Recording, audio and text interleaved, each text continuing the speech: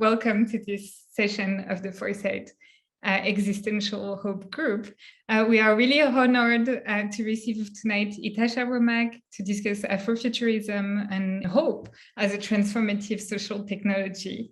Ytasha Womack is an author, filmmaker, dancer, independent scholar, and champion of humanity and the imagination. And her book, Afrofuturism, The World of Black Sci-Fi and Fantasy Culture, which was published in 2013, is written as a primer on Afrofuturism as a musical, literary, and art historical movement, and, quote, a way of looking at the future or alternative realities through a Black cultural lens. This is eminently relevant to what we work on within this group, building positive visions of the future towards which to aim for in order to influence how we steer the present and increase our chances to arrive at desirable destinations. In short, to think about hope as a technology to build technology the right way. I will quote you, Ytasha, on the impetus of hope, as this was a really beautiful passage of your book. Hope, much like imagination, comes at a premium. The cost is a life where more is expected. Where more is expected, new actions are required.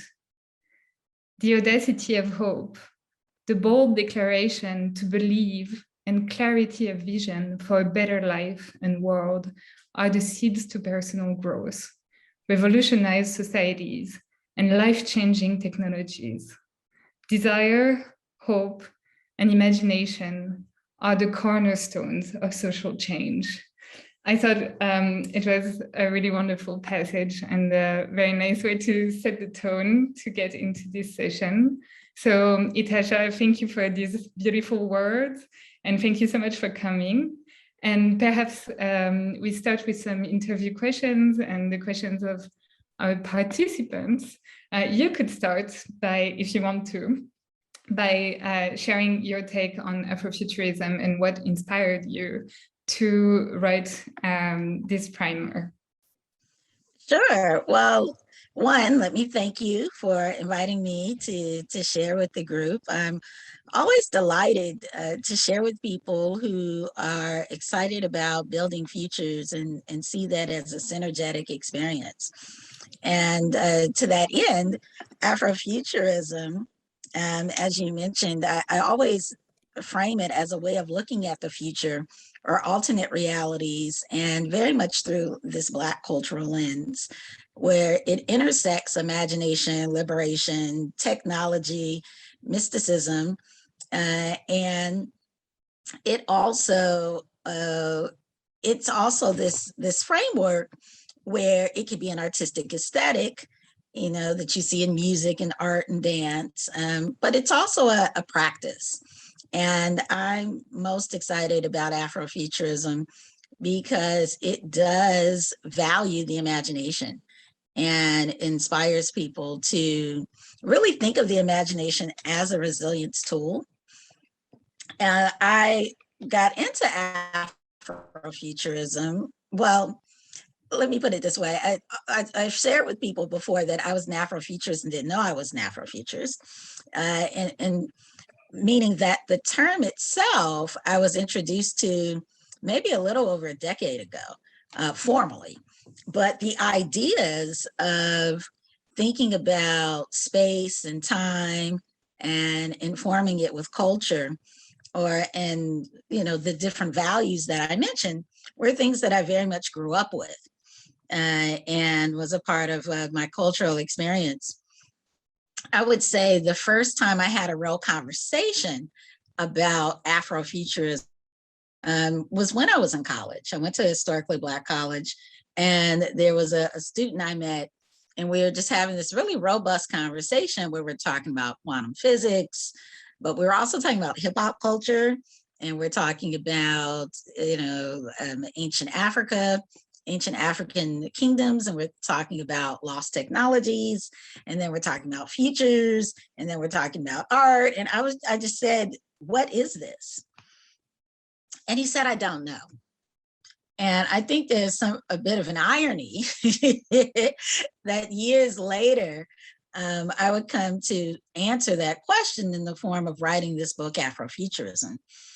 When I look back on that time, you know, all the students were into Afrofuturism. They were very much talking about it, but they weren't using the term.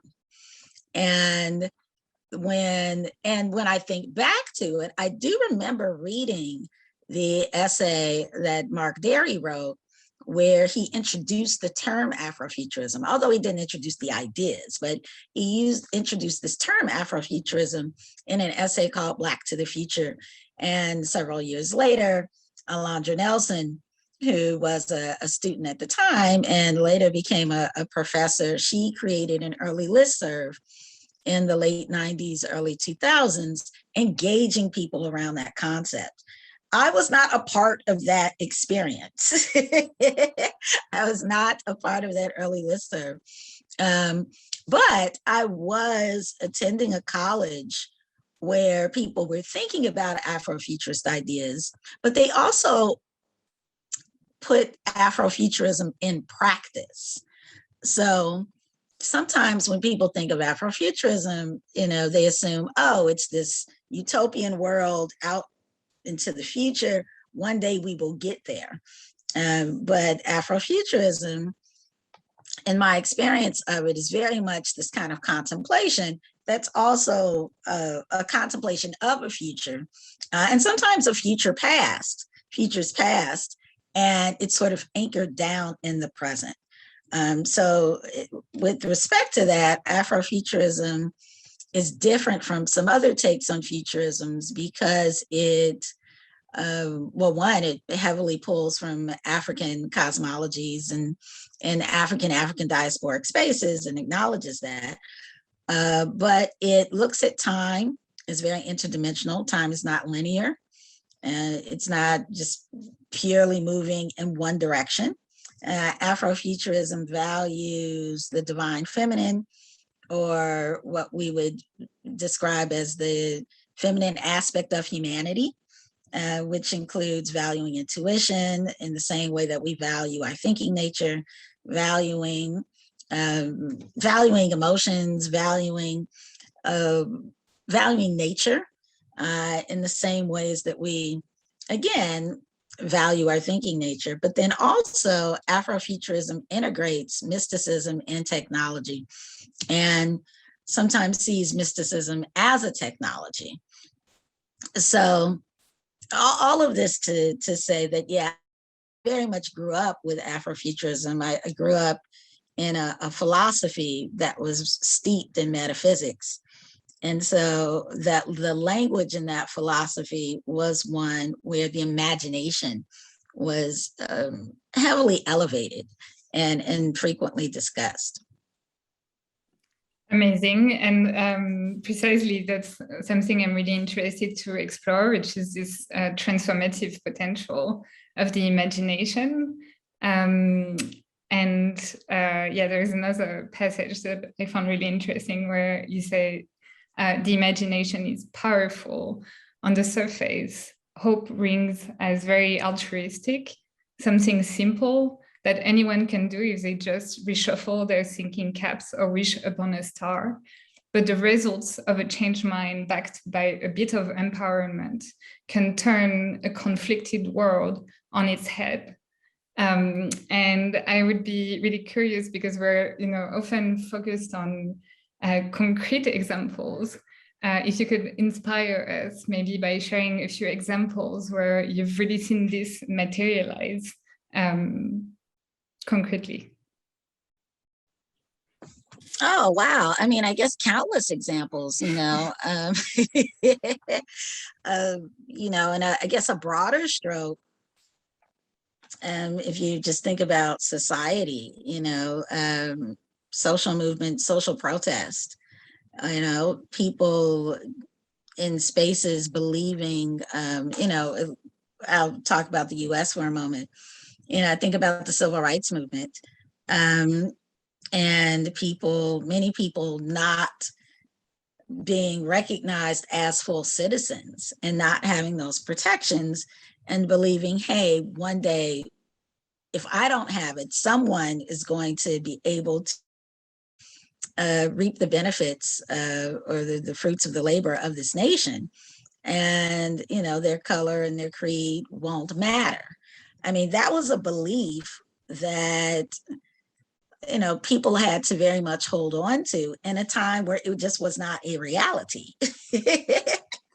So, despite, a lot of the challenges that we have today, I have an experience, or I'm living a life that, as a woman of African descent in the United States, it would have been tougher for me to lead 50 years ago, 70 years ago. Even something as small as wanting to make a Black themed science fiction film. If I had wanted to do that in 1985, that wouldn't have happened. You take a project like the Black Panther, I mean, the comic came out in the late 60s and, had these sort of sporadic runs because there was this whole debate around, can you have a Black superhero, or do we want to even support a Black superhero and connect them with Black audiences? Is this an image anyone wants to see? Now, of course, Black people wanted to see it, but there was just a general consciousness of saying, well, this isn't something we want to be seen. And so, I mean, even 10 years ago, 15 years ago, the film Black Panther would not have been made. So I think about just the making of that film as a reflection of people demanding, or people who transformed and changed their thinking around what they felt comfortable seeing on screen, and just a different relationship to their own humanity. So, and I mean, that's as I'm talking about a movie. And movies aren't, these larger statements of social change all the time, but sometimes they are markers of a shift. So, Black Panther didn't get made because there were people who didn't believe it was possible, and then also those who didn't want it to be possible, until it was made several years ago. So that these are decisions that are oftentimes prompted by demands that people make. Yeah, it's a lot of the popularity of Afrofuturism now is in part because of the social media technologies that we have, where people can find works, where people can create works and share them. But it's also a result of the fact that science fiction is taken a little more seriously in academia.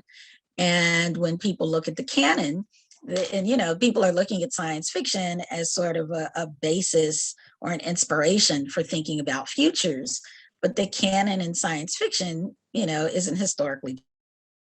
So then there was this demand to have, hey, if we're talking about futures, they need to be diverse futures. We need to get perspectives from all over the world. And thus there was this demand. Well, that belief or that demand to even want to see more images of people from the African diaspora and get their perspectives on space and time in story resulted in a lot of the projects that you see today.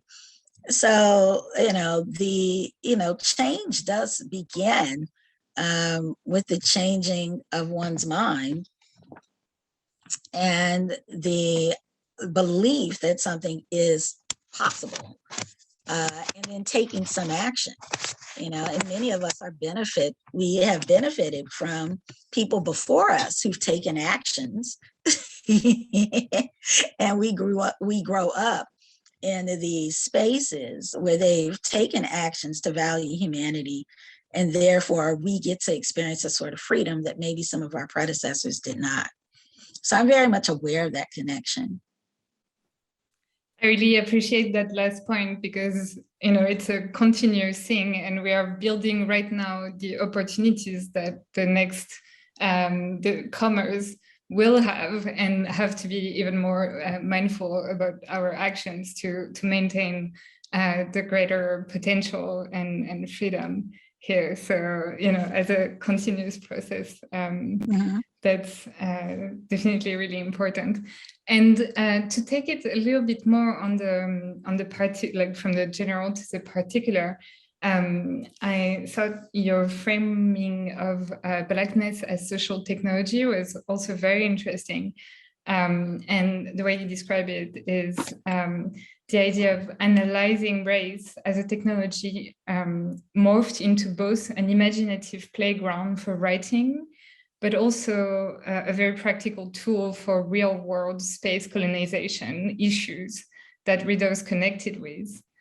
Just as the actions in the present dictate the future, imagining the future can change the present.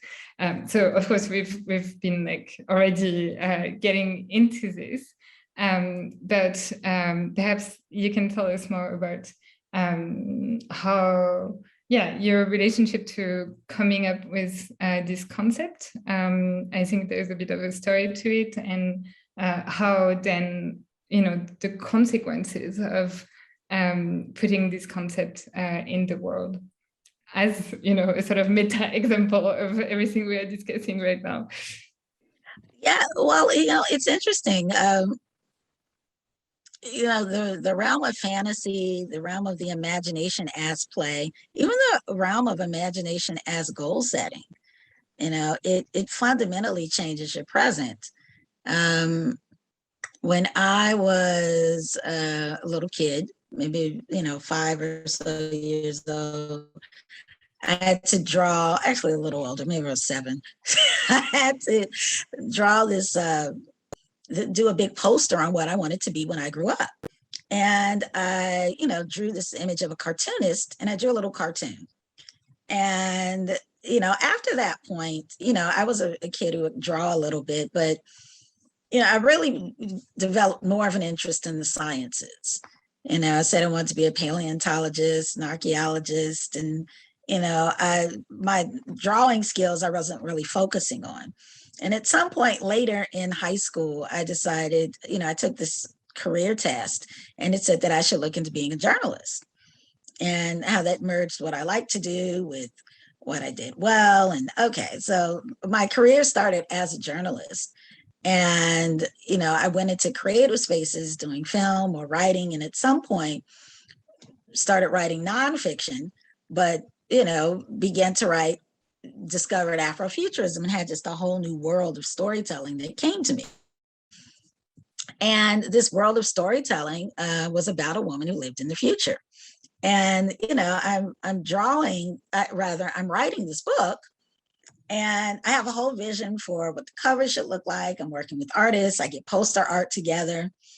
And, although I have this book that's is very much just a science fiction book, I was always selling poster art and hiring artists to make poster art.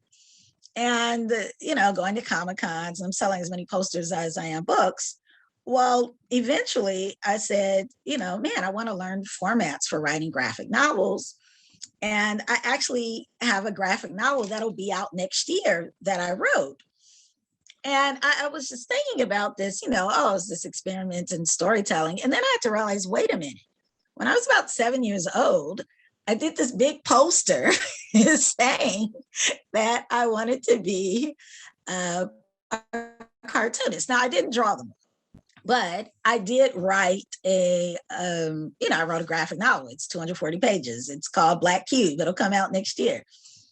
So what's interesting to me is this question of this moment where I'm 7 years old or so, and I'm writing this, making this poster. Where was the idea coming from?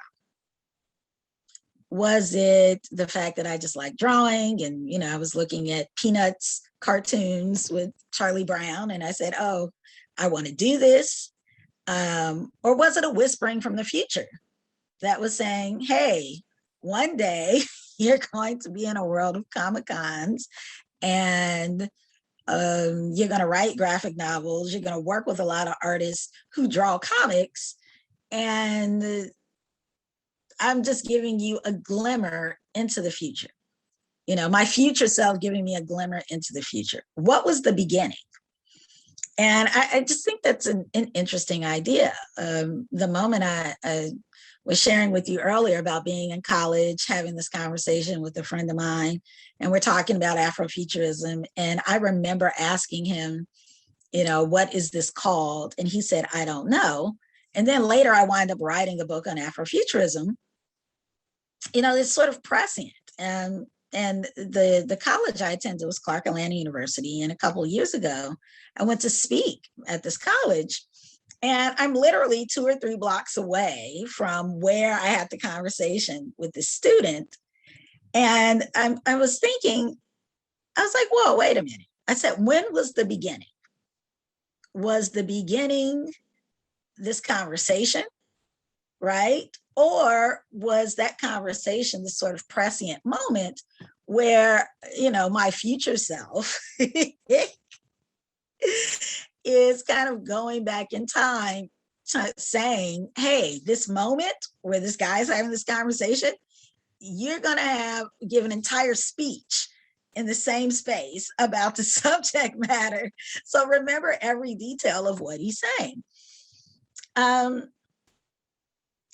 don't know what the beginning is, right? But in the world of Afrofuturism, when you think of time as being sort of multidimensional and information racing back and forth, I find that empowering because you're not limited to a space. And in one sense, you're not limited to a time, and it makes your identity a little more expansive. So, so when I think about that, I think of Afrofuturism as a way, in part, of sort of opening ourselves up and realizing that we're getting streams of information from different times, and we become a prism of sorts to this information. So, the idea of, am I visioning this thing in the future, or is this moment in the future communicating back to me? And that's the thread I'm connecting with. There's a multiple worlds, many worlds theory in quantum physics that attempts to explain the multiple universe theory. And we've seen this idea in comic books where, there's all these different trajectories. Everything that's ever happened, every possible option is all happening simultaneously. And so the question becomes, so all these things are happening simultaneously, but you're only aware of the path that you're on. And, there's other mysticism beliefs, other wisdom systems that would say, no, you can be aware of many of these paths. And so so I think for us as creatives or visionaries, perhaps in one sense, we're hyperlinking ourselves to a path, to a reality that already exists. And we just want to experience that reality and create that experience for others in the reality we're cognizant of or we're conscious of. Thank you for sharing this. I really like this vision, and there are indeed good theories of physics to support it, and even some people on this call who could tell us more about them. And I like that idea, and I hope the visions we are like grounding for right now are actually just us already knowing our future. That would be really cool. Actually. Right, it's like it's already happened, it's already exists, and you're just trying to say, okay, yeah, I get it exists, but I want to experience it now. Totally. I couldn't agree more. I wanted to take a question from Graham, who posted in the chat. You're free to unmute yourself. Yeah, thanks, Lou. This is more of a fun question, less philosophical, although I'm very interested in your philosophical interests, so I hope we continue on that. But growing up, like Star Trek Next Generation was like a huge impact on me in its sort of like progressive, multicultural future. And I'm curious if any of those characters or shows had any impact on you. It's interesting. Star Trek, for a lot of people was the vision of the multicultural future. And I wouldn't describe myself as a Star Trek fan, but just having Star Trek exist normalized this multicultural future. So I didn't grow up thinking that futures weren't multicultural. And probably a part of that is because, Star Trek exists. That was not an issue for me of, well, we have a future where all people work together. I kind of figured, yeah, we will. And I also experienced a present where people of different walks of life work together. I experienced in the present, people of African descent doing exciting things. So, and so the question would be, well, why would I feel that? Why would I, in one sense, feel like multicultural futures are perfectly normal? And then there's some people who maybe don't feel that way. And, it's interesting, media has such an impact on all of us, so although I wouldn't describe myself as a Star Trek fan, it certainly played a role because it was always on television. And the reruns were always on TV. I mean, it was like watching the Flintstones to that extent. It was this show that's been on forever. And Nichelle Nichols, who played Uhura, she's actually from Chicago, or at least a suburb of Chicago. I'm from Chicago. So, it just felt very, it's like, oh, wow, okay, this makes sense to me. And it's just kind of funny to think about how things in media can normalize our future visions.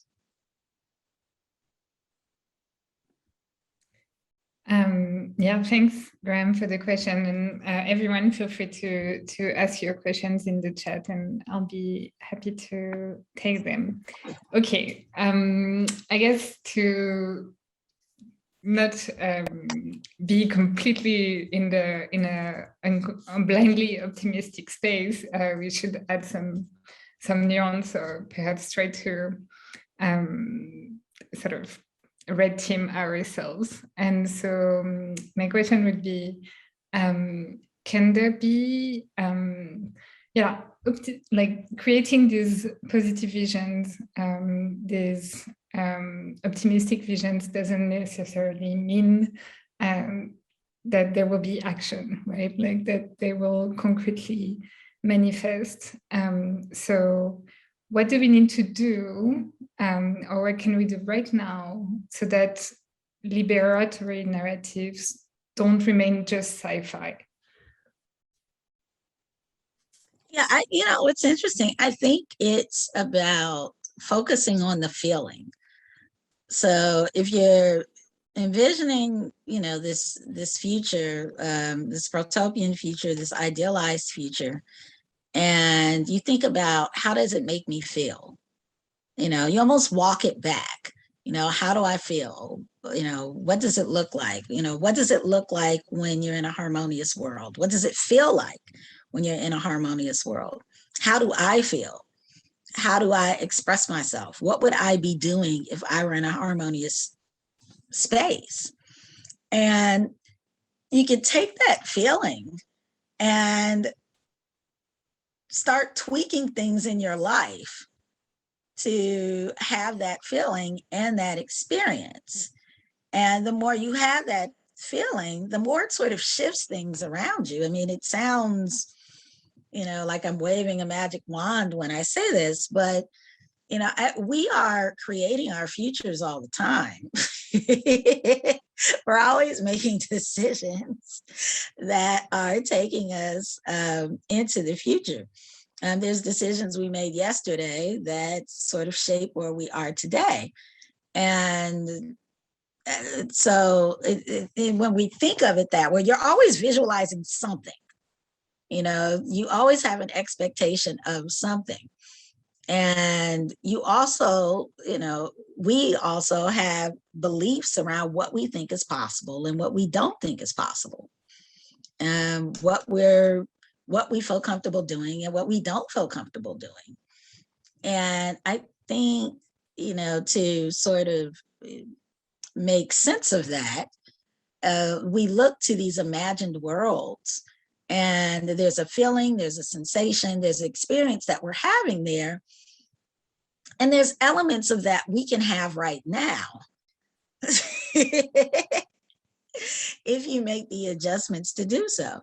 But even when you're just imagining these things, I've found that it shifts things in the present.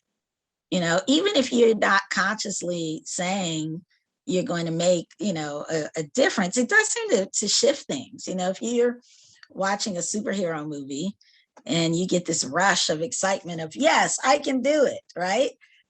Yeah, there's something about that experience that you do take with you, and you have the, yes, I can do it.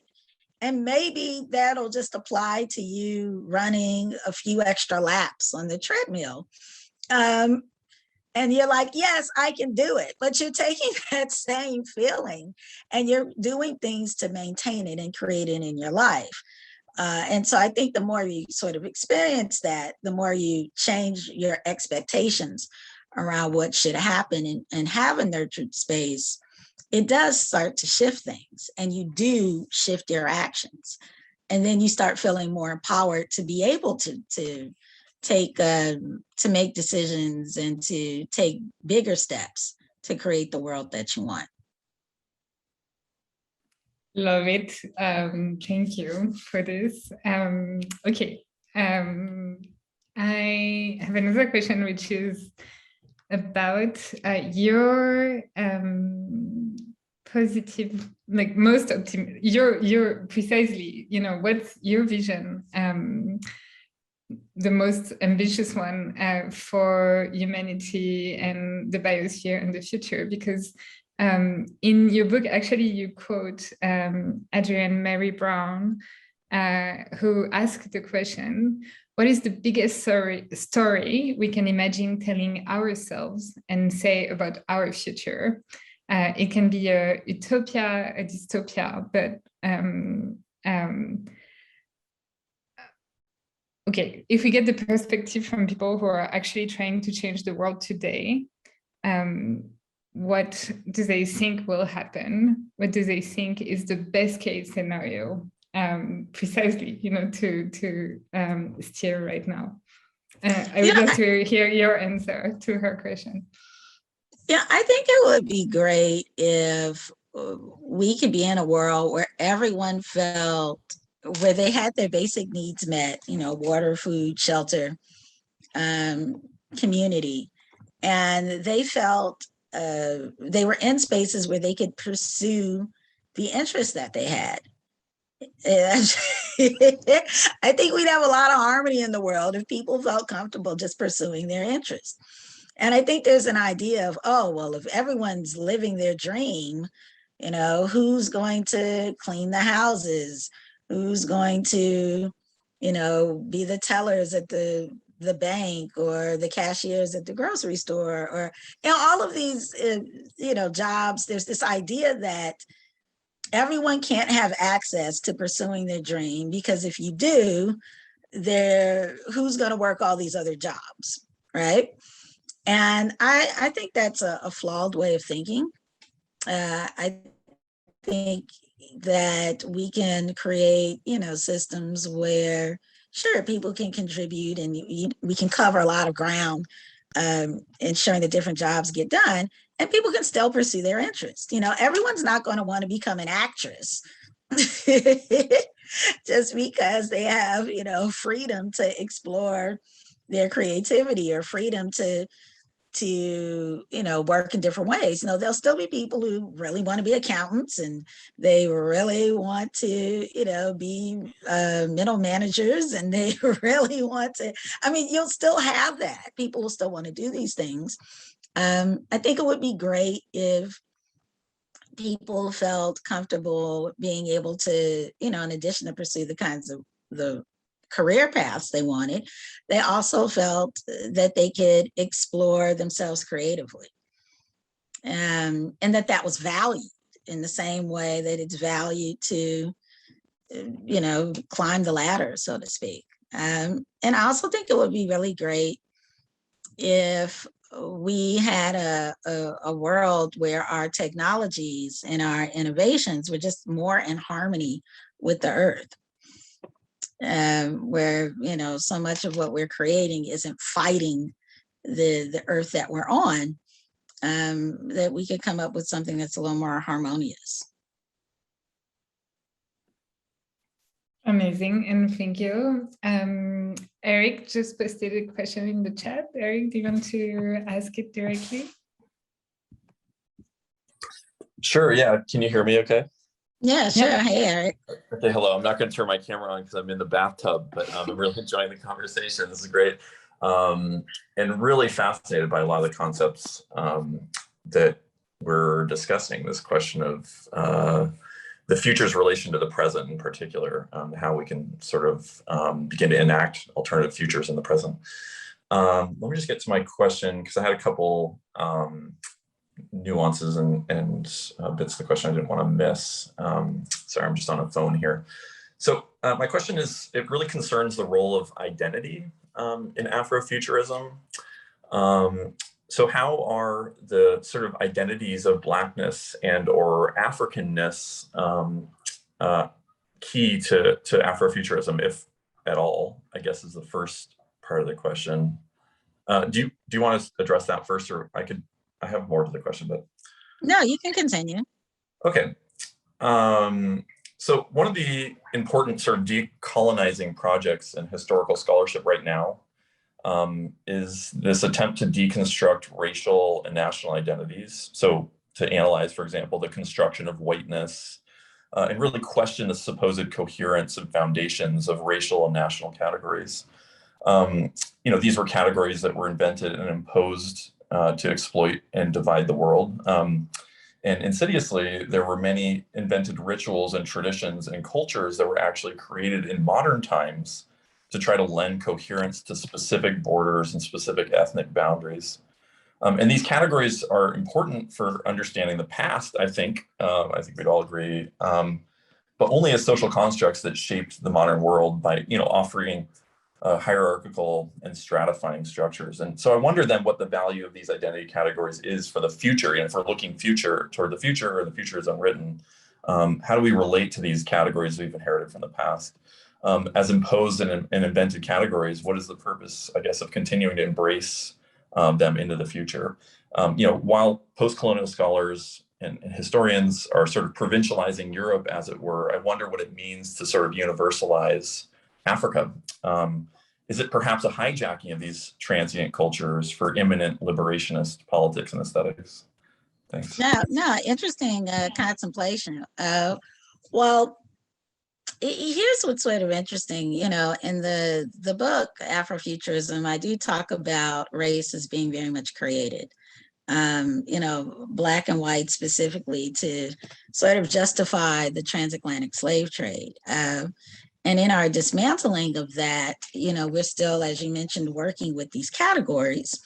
But I think there's a couple things to sort of, recognize in the midst of that, is that, a lot of the quote unquote racialization was also happening in tandem with sort of erasing either the lessons, the cosmologies, the insights, the wisdom systems, the experiences, and I'll just speak of people of African descent, of people on the continent of African descent, just generally speaking. So, so you're kind of working with two things here, right?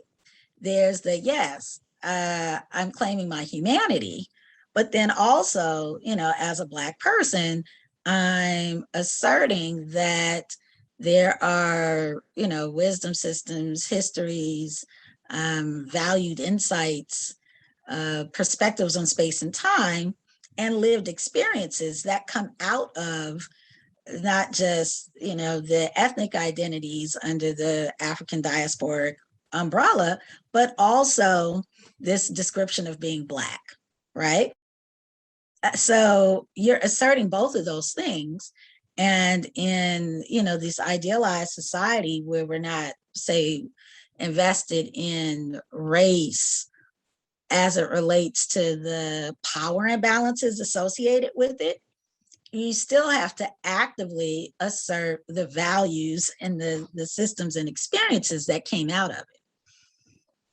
And because what can happen is people can say, oh, well, if we don't, if we get to a point, we just hop to not thinking about race, then how do you frame?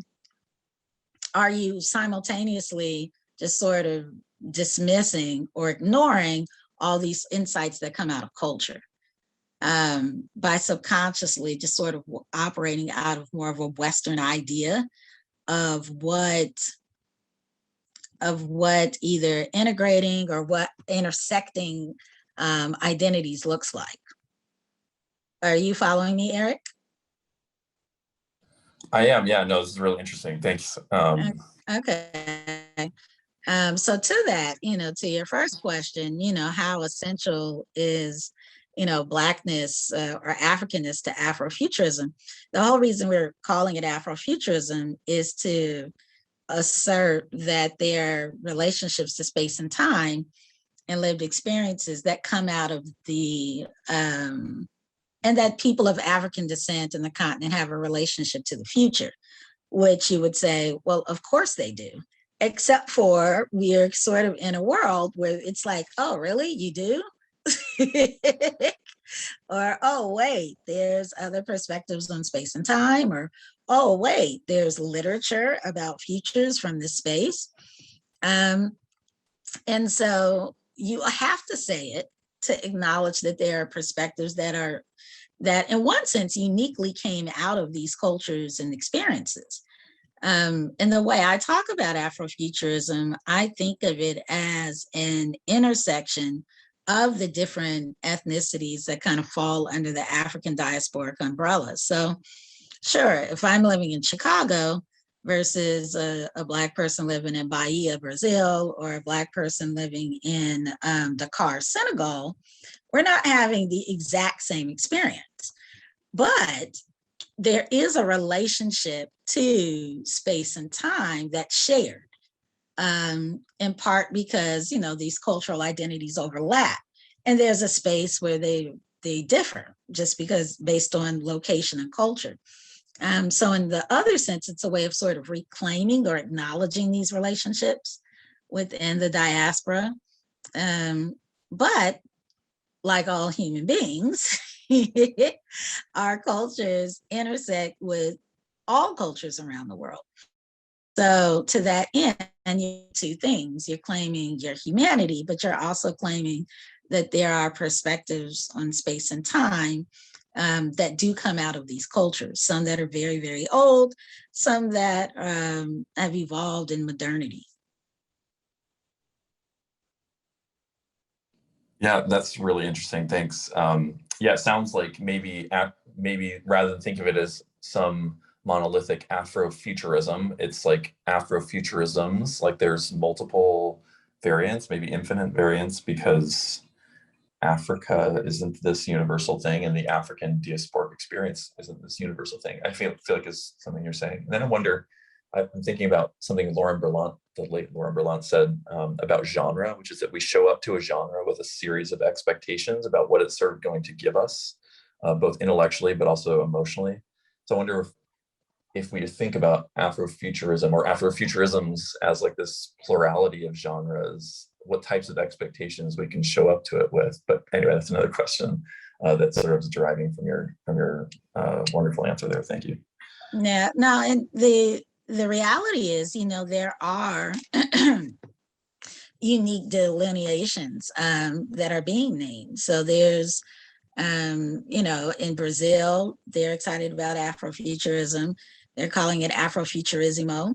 And they're thinking about it from sort of this pan-diasporic lens, but then also thinking about futures in Brazil and the cultures of Brazil, right? And so, so you're exploring this connection to a diaspora, and you're also exploring kind of the unique experiences and the history of people in Brazil.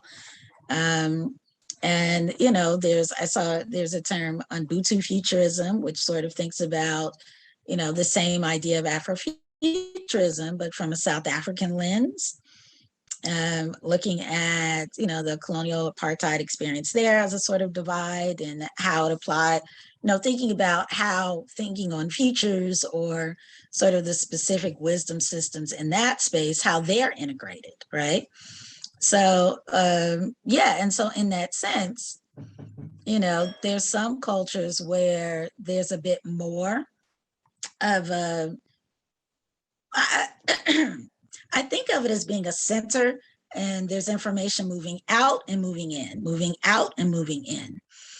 So there's spaces where all of this information overlaps, and then there's spaces where it's, where they don't overlap as much. Almost like if you had a bunch of people from a bunch of different cities and they all meet in a space and they're energized, their information, their beliefs energized in the space. And then when they go back to their individual homes, there's a slightly different experience, So there are multiple experiences that are constantly in conversation with one another. But I do think the pan dynamic of it is as important as the localized element, simply because there's historically been this interest in sort of fragmenting Black cultures, in a very physical sense, but also sort of psychologically.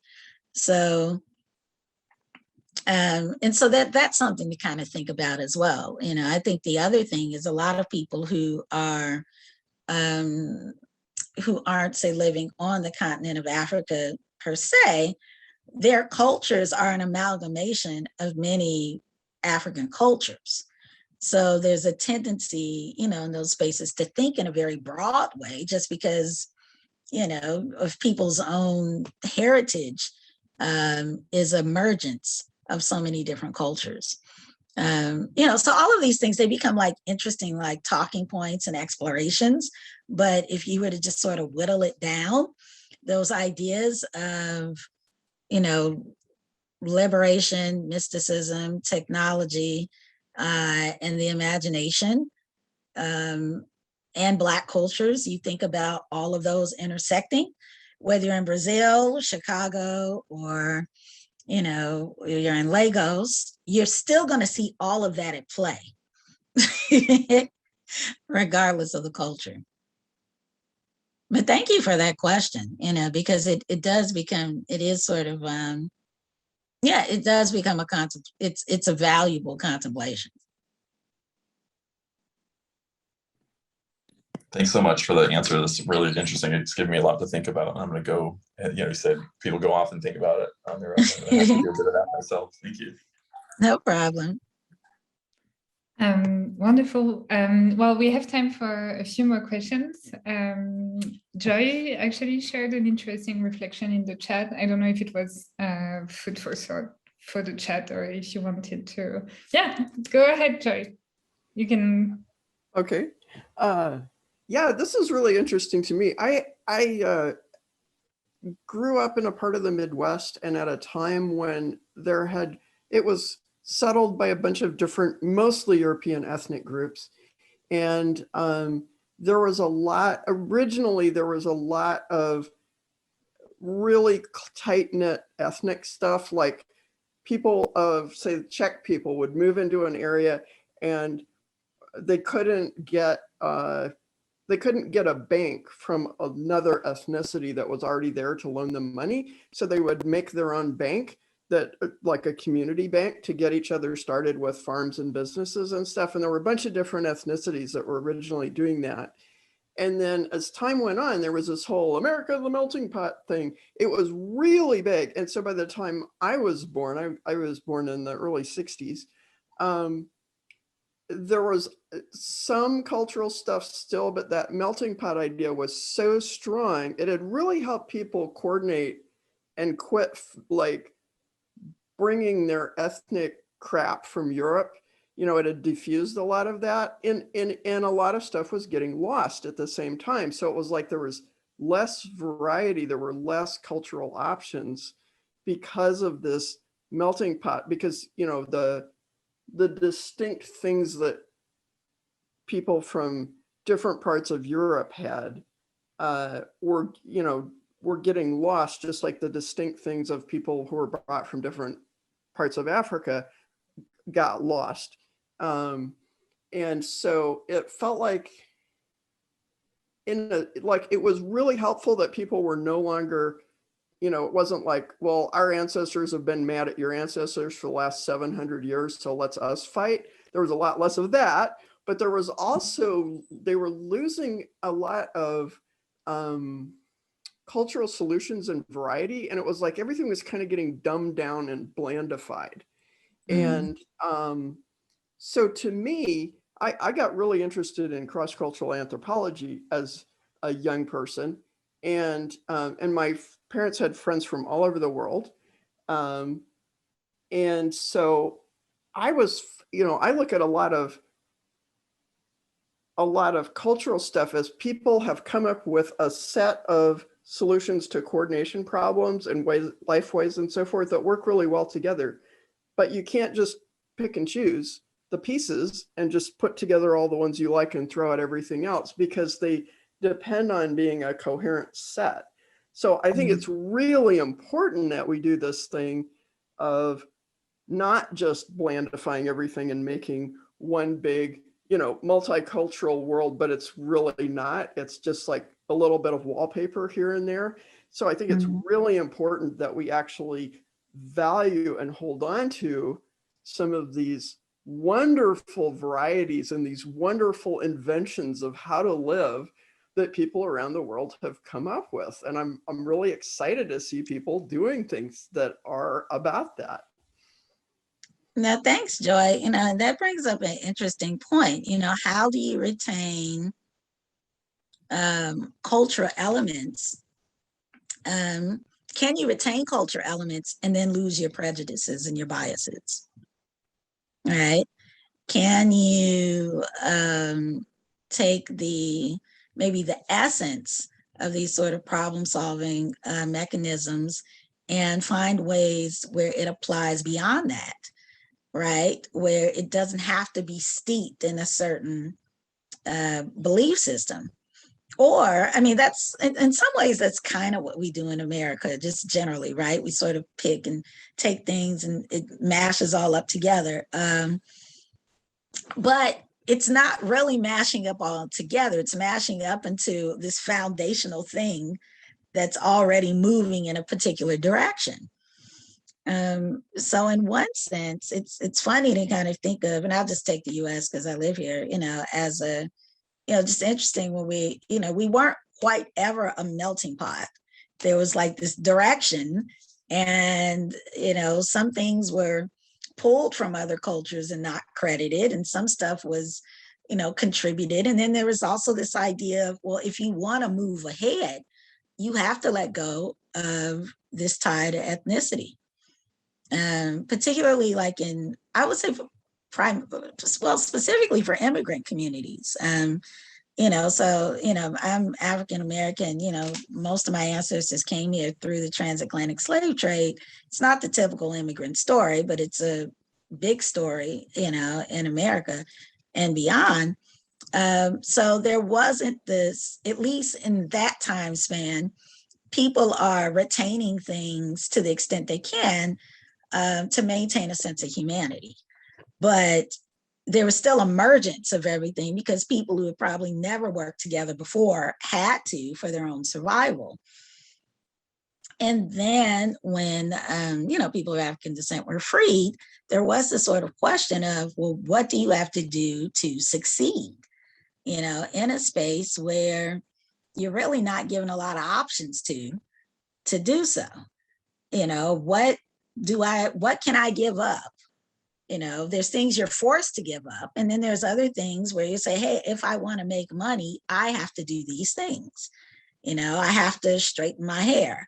I have to wear a certain, you know, style of clothing. I have to, you know, I can't speak in my dialect, right? I have to lose my regional dialect. I have to lose my ethnic dialect. And, you know, and so all sorts of things that make you acceptable.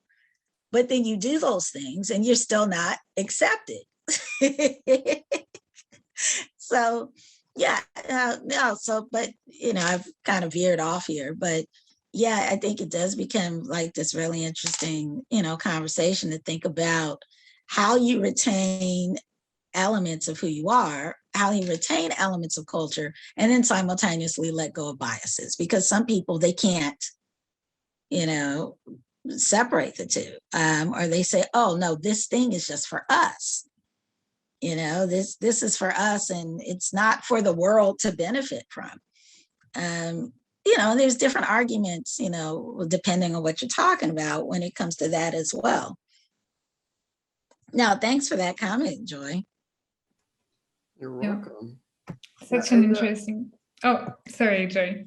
Yeah, Go and ahead. I'm aware of parts of the world where people said, you know, until things got quote unquote modernized, whether that was in parts of the Middle East or Africa, Asia, the Americas, where they said, you know, our ethnic groups actually were getting along really well with each other for hundreds of years before the, you know, the Europeans showed up.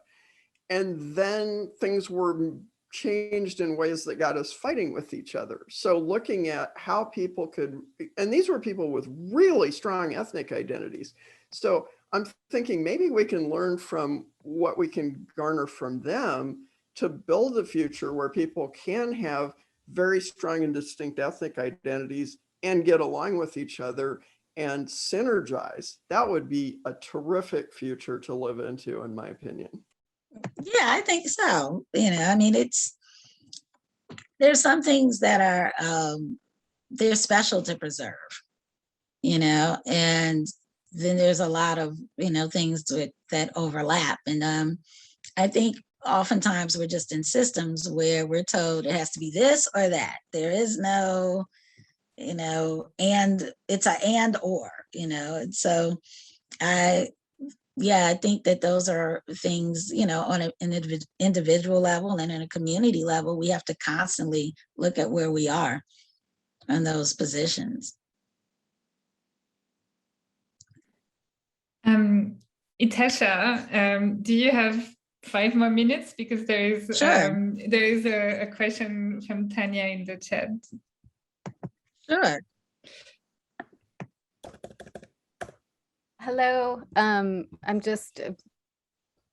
a big fan of Afrofuturism. I myself, I think I was a futurist since I was a kid, probably. I was looking back at my old drawings and I was drawing robots and I didn't even know I was doing that. But anyway, I have so many things to say, but I'm going to try to narrow it down because it kind of comes down for me and how I've been able to evolve in my life, and that's with some spirituality. And so I'm curious on if you could speak to that with Afrofuturisms and how if there's a core element to that.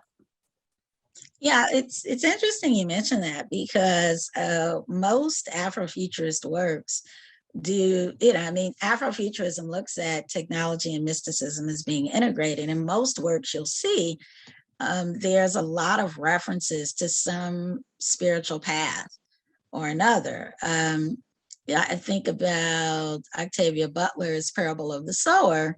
Her main protagonist is living in this world that seems to be falling apart, and she's preoccupied with putting together like a book that's, you know, almost like a text, a spiritual text. And she's grabbing from old Bible verses and things she heard people say and things that sound kind of cool as this sort of living document for people to reference as they move out of an apocalyptic situation into a new world. Well, that's it's a practice that's tied to a spirituality and or at least the need to have one that a teenage girl in this particular book is crafting.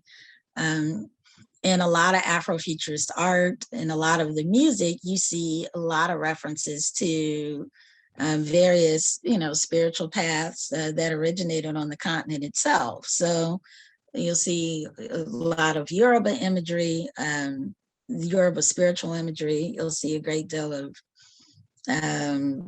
Dogon imagery, sometimes Vudan, sometimes, Santeria, which, or Candomblé, which ties back to the Yoruba spaces. And so a lot of Ndinka symbols. And I think what's sort of interesting is when you look into some of these cosmologies, African diasporic cosmologies, there is, at the end of the day, it's a philosophy, right? And it's a philosophy, it's a way of being, and it has a practice and a method to it. And there's a connection to a higher source. And there's also a relationship to the earth. So there's a grounding in the earth. There's an acknowledgement of this higher source. Sometimes there's these intermediaries, whether they're orishas or, certain energy centers that are a little more earthbound, that people can acknowledge, and then in other cases, there's usually in pretty much all African diasporic religious practices, there's this reverence of ancestors, this idea that ancestors, people who've moved on, are very present with you and there to give you wisdom and guidance. So all of that, you'll see elements in a lot of Afrofuturist stories or works that we now describe as Afrofuturist. Again, you think about Black Panther, he went to this realm where he could talk to the ancestors. I don't recall seeing it quite like that in any other Marvel film. Why? Because they weren't Afrofuturist. I mean, there's Thor, he has a conversation with his mother, but it's not this elevated experience where, it's seen as this grand moment of sorts, where it's like these ancestors are always present. Whereas in, Black Panther, the story they crafted, that's something that can be done all the time. It's not just about you go there for a moment of crisis. And it's also something that's very intentional, which I think is interesting. You go through a certain process to be able to get to a space of seeing ancestors and having this conversation. So a lot of works that we describe as Afrofuturist have this wisdom system. There's a lot of wisdom system references, whether it's, Western astrology or you're, again, something that's rooted specifically in African wisdom traditions. It's there all the time. And I think part of that, I've had people ask me, well, can, a person be atheist and write Afrofuturist works? And it's like, well, yeah, of course you can. But even at atheism, there's still this practice that can start to feel very, spiritual in a sense. It's a very conscientious set of actions that one is taking because they feel there is no higher power that's going to give you grace. So you're going to have to take these actions yourself. And some would say, well, that's not spiritual. But I would still argue it's very much a method and a practice that functions in the same way. So to that end, I think, these ideas are so sort of rooted in people's lives, people of the African diaspora on the continent. There's a lot of spirituality is a part of, various individuals in their life.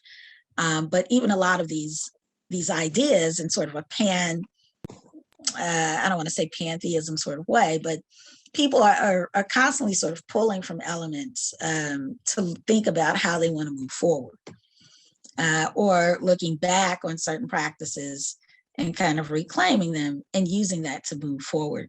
I would say maybe the biggest symbol that's sort of reoccurring in Afrofuturist work, but also anything that's described as Pan-African, is the symbol of Sankofa, where it's a bird. It's a very kind of awkward bird looking back at its egg on its tail.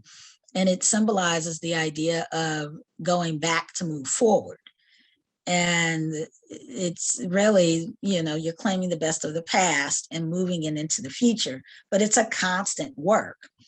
And, it's a practice, but that's a practice that can be grounded in a kind of spirituality or understanding there's a relationship between ancestors, a history, and a future. Super interesting. Thank you, Tanya, for the question, and thank you, Ytasha, for all your answers. You're getting a lot of warm appreciation in the chat from everyone saying thank you for your focus on hope and that we need more of this. To send us off, you described the creators and artists who have a hope that their work will actually be a call to action. That's how you, I'll quote you again.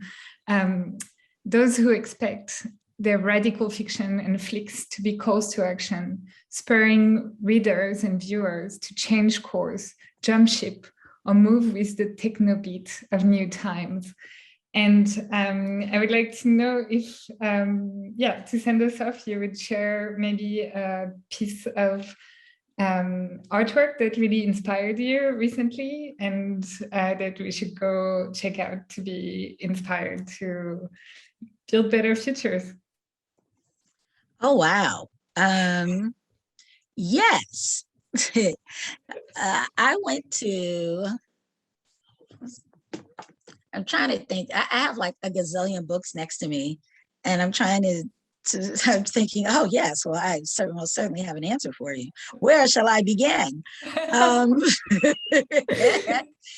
So one of the things that keeps me invigorated is going to art shows, going to art galleries, looking at exhibits, and kind of thinking about artists and why they're creating the work they're creating.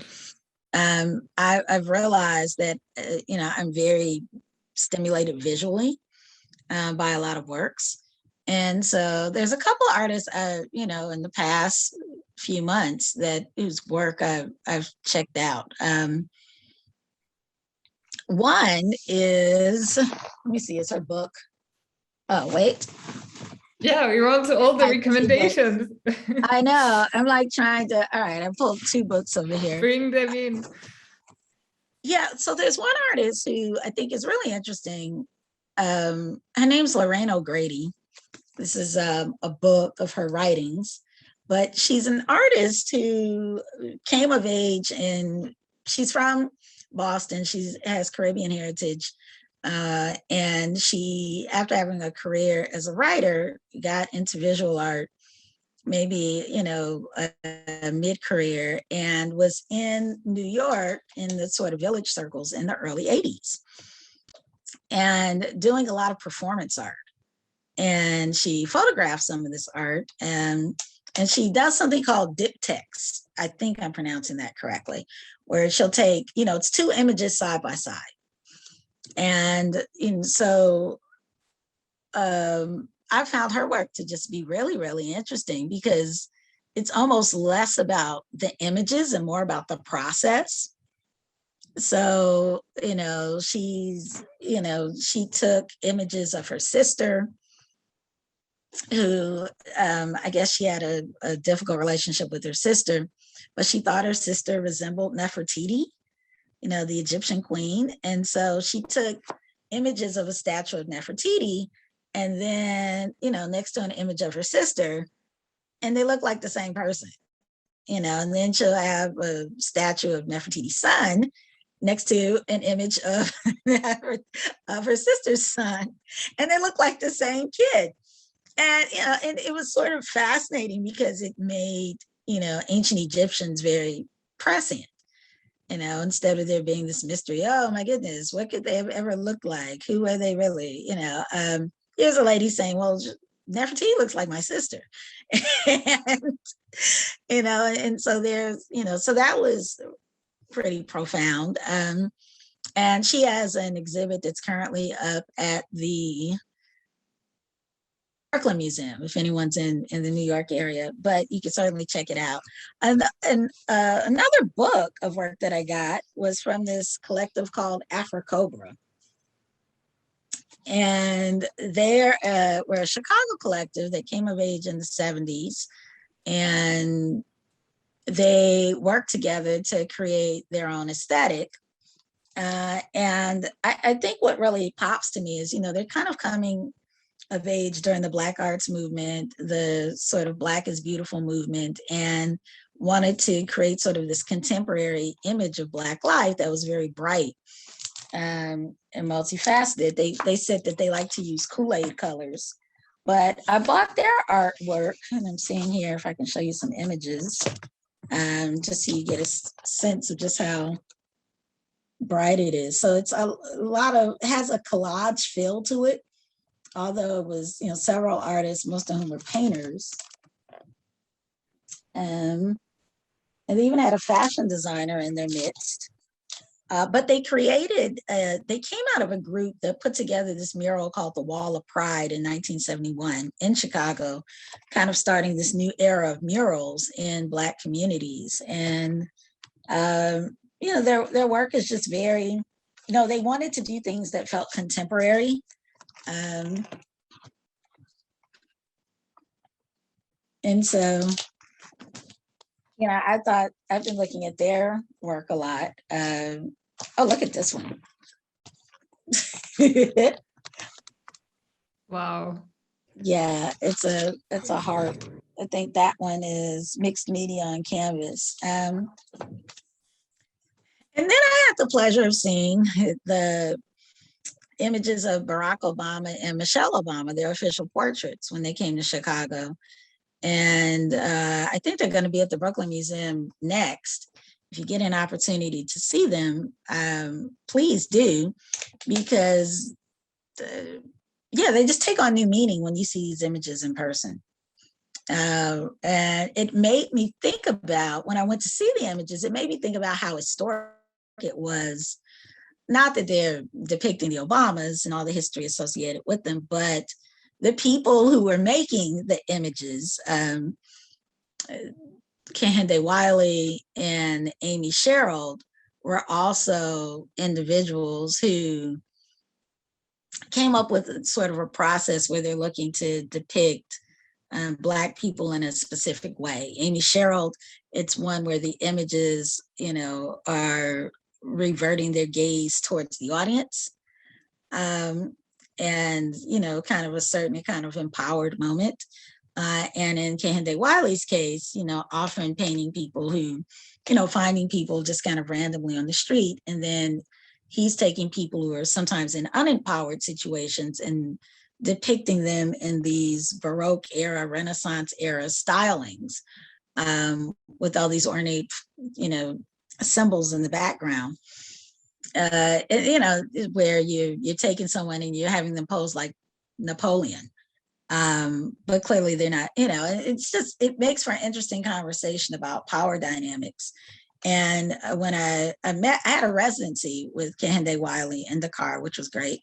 But when I met him, he was talking about meeting the president, Barack Obama, and, when he was being interviewed to do to actually depict his work or create the portrait. And he said that Barack Obama said, "Oh, you're very good at depicting people who maybe aren't seen as being empowered and showing them in positions of power." He said, "How would you depict someone who's powerful?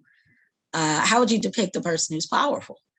And, anyway, these all make for very fascinating conversations. And I think that lent itself to Barack Obama, being president at the time, and he's in this sort of field of flowers, right?